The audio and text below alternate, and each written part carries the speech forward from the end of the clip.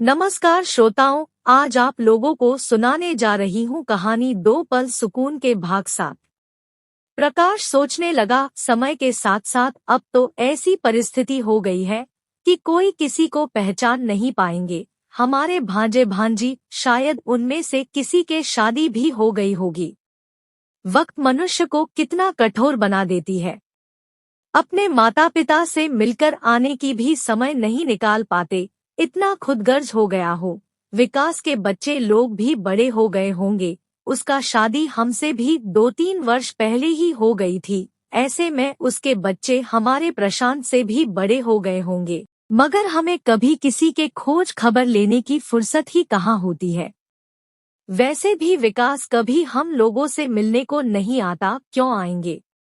हमारे माता पिता उसके साथ रह रहे हैं।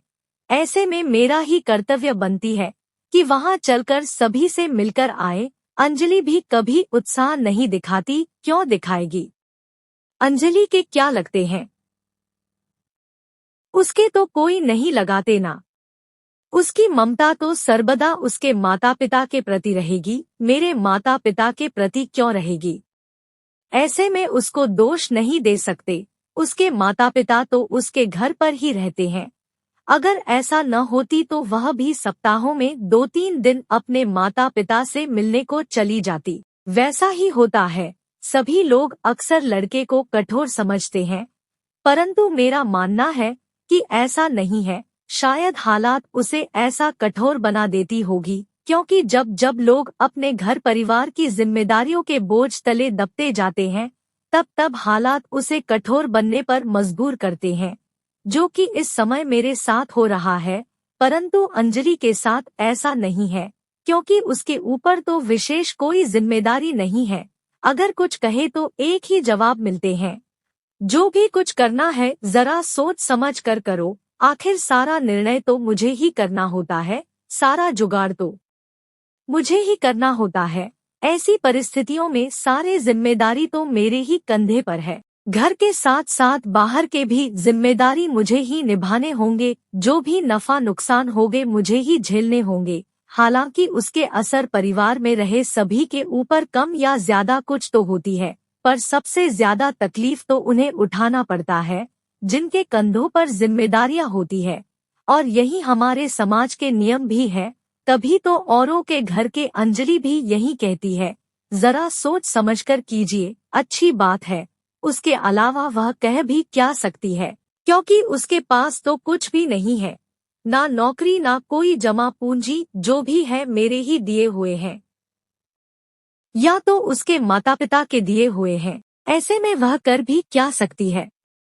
प्रकाश अपने ही मन में सोचता है, पता नहीं बहन माधुरी बद्रीनारायण अब कैसे होंगे। इतने दिनों के बाद सही हमें एक बार अंततः उससे मिलकर आना चाहिए, परंतु अंजलि को कहे बगैर नहीं जा सकते हैं। वैसे भी उसके मन में हमारे भाई बहन तथा आत्मीय परिजन के प्रति किसी भी तरह का मार्मिक एहसास नहीं है, क्योंकि उसके तो छोटे बड़े कोई भी भाई बहन नहीं है। ऐसे परिस्थितियों में किसी और के भाई बहन के प्रति भला उसके मन में किसी भी तरह की पॉजिटिव भावनाएं कैसे हो सकती है? ऐसी परिस्थितियों में अगर माधुरी के विषय में बात छेड़ा तो आग बबूला हो जाएगी। आज लगभग 20 वर्ष हो गई है कि कभी अपने से नहीं कही कि चलिए एक बार विकास से या माता पिता से मिलकर आते हैं, या एक रोज माधुरी के घर को चले। ऐसी अवस्था में अगर आज किसी प्रकार की चर्चा कर ली तो उसका पारा 7वें आसमान पर चढ़ जाएगी। ऐसे ही होती है जीवन के कुछ क्षण, जब मन में रोमांटिक एहसास होती है, और वह क्षण जब लोग अपने जीवन में प्रैक्टिकल होते हैं। दोनों में बहुत से अंतर होते हैं। अभी हम सभी लोग प्रैक्टिकल हो गए हैं, विशेषकर अंजलि, क्योंकि वह अपने माता पिता के इकलौती है। उसका अपना कोई भाई बहन नहीं है। ऐसे में वह किसी और के भाई बहनों के प्रति अपनी कैसी मानसिकता रख सकती है? ऊपर से अपने संसार तथा बच्चों के प्रति उसके मन में जो भावनाएं हैं, यह सभी उसे और भी प्रैक्टिकल बना दिया है। ऐसे में माधुरी की बात करते ही उसकी गुस्सा 7वें आसमान पर पहुंच जाएगी। एक बार फिर से प्रकाश को बीते हुए पल की याद आ जाती है। वह दिन जब शुरू में अंजलि के साथ उसका मुलाकात हुई थी। एक रोज दोनों ही बस में चढ़े हुए थे। बैठने की जगह न मिलने के कारण दोनों ही एक दूसरे से सटे खड़े थे और सीट खाली होने की प्रतीक्षा में दोनों ही एक सीट के सामने खड़े रहे। तभी कुछ दूर चलने के पश्चात प्रशांत के सामने वाली सीट खाली होती है। ऐसी अवस्था में उस सीट पर बैठने की अधिकार तो प्रकाश के ही बनती है और अंजलि के सामने वाली सीट खाली होने पर अंजलि बैठ पाएगी, मगर परिस्थिति वश प्रकाश के सामने वाली सीट खाली होती है तो वह इशारा करते हुए अंजलि को बैठने को कहता है, क्योंकि प्रकाश को अच्छा नहीं लग रही है कि उसके साथ ही खड़ी अंजलि को सुविधा दिए बगैर स्वार्थी लोगों की तरह प्रकाश खाली सीट पर बैठ जाए। ऐसे में प्रकाश अंजलि की ओर इशारा करते हुए उसे बैठने को कहता है, मगर अंजलि ऐसा करने पर राजी नहीं होती। अंजलि झिझकते हुए कहती है, नहीं जी, आप ही बैठ जाइए, मेरे सामने खाली होगी तो बैठ जाऊंगी। परंतु प्रकाश को इस बात पर गवारा नहीं है।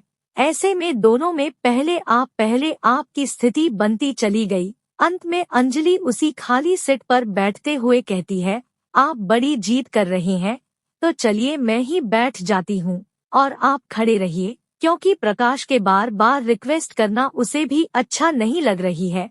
अगल बगल वाले लोग बार बार घुर घुर कर ताकते रहे, जो अंजलि को अच्छी नहीं लग रही है, परंतु किसी के परवाह किए बगैर प्रकाश यूं ही खड़ा रह गया। अंजलि सीट पर बैठते हुए कुछ देर तक तो अभिमान भरे चेहरे से बैठी रही और मन ही मन सोचती रही, यह महाशय को तो पहले कभी नहीं देखी।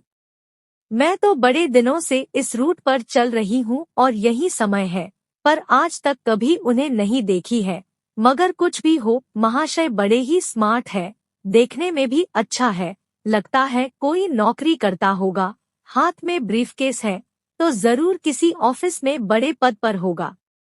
अंजलि कोई न कोई बहाने में तथा सिर ऊंची करती हुई प्रकाश की ओर देखती और कुछ देर बाद सिर को वापस घुमा लेती है। इस तरह बार बार देखने के पश्चात अकस्मात प्रकाश के नजरों से उसकी नजरें टकरा जाती है तो अंजलि मानो अपने आप को असहज महसूस करने लगी, मगर प्रकाश को जी भर के देखने की अभिलाषा को त्याग ना सकी और बार बार कोई न कोई बहाने में प्रकाश के चेहरे की ओर से आंखें घुमा लेती और अपने में संतोष कर लेती है। कुछ देर तक वैसे ही चलती रही कि अंजलि के बगल वाली अर्थात खिड़की वाली सीट खाली होने पर अंजलि खिड़की के पास चली गई और प्रकाश अंजलि के सीट पर बैठ गया। अब अंजलि के लिए मुश्किल हो गई कि वह अपना सिर को घुमाकर प्रकाश के चेहरे को देख नहीं सकती, पर कोशिश जरूर करती रहती है, जो प्रकाश से छुपा ना सकी। कुछ देर और चलते चलते अचानक अंजलि प्रकाश की ओर ताकते हुए थोड़ा झिझकते हुए पूछती है, क्या आप किसी ऑफिस में नौकरी करते हैं? जवाब में प्रकाश धीरे से कहता है, नहीं जी, मैं तो आवारा हूँ। प्रकाश के बातों पर अंजलि को हंसी आ गई तो हंस पड़ी, साथ में उसे लज्जा भी आ गई। फिर अपने आप को शांत करते हुए धीरे से कहती है, सॉरी, माफ कीजिएगा, शायद मेरा ऐसा पूछना आपको अच्छा नहीं लगा होगा, मुझे नहीं पता था कि। कहते हुए अंजलि चुप हो गई, मगर कुछ ही देर के पश्चात फिर से कहने लगी, असल में मैं इस रूट पर रोज चलती हूँ, पर इससे पहले कभी आपको नहीं देखी हूँ, लेकिन मुझे नहीं मालूम थी कि आपको पूछने पर आप बुरा मान जाएंगे, नहीं तो मैं आपसे नहीं पूछती। इतने में प्रकाश बिना दुविधा के मजाकिया लहजे में कहने लगा, इट्स ओके, आपने पूछकर कोई गलती नहीं की, क्योंकि हमारे स्वतंत्र देश में कोई भी किसी के बारे में कुछ भी समझ सकती है, उस पर कोई पाबंदी तो नहीं है ना। मैंने भी आपके बातों का बिल्कुल बुरा नहीं माना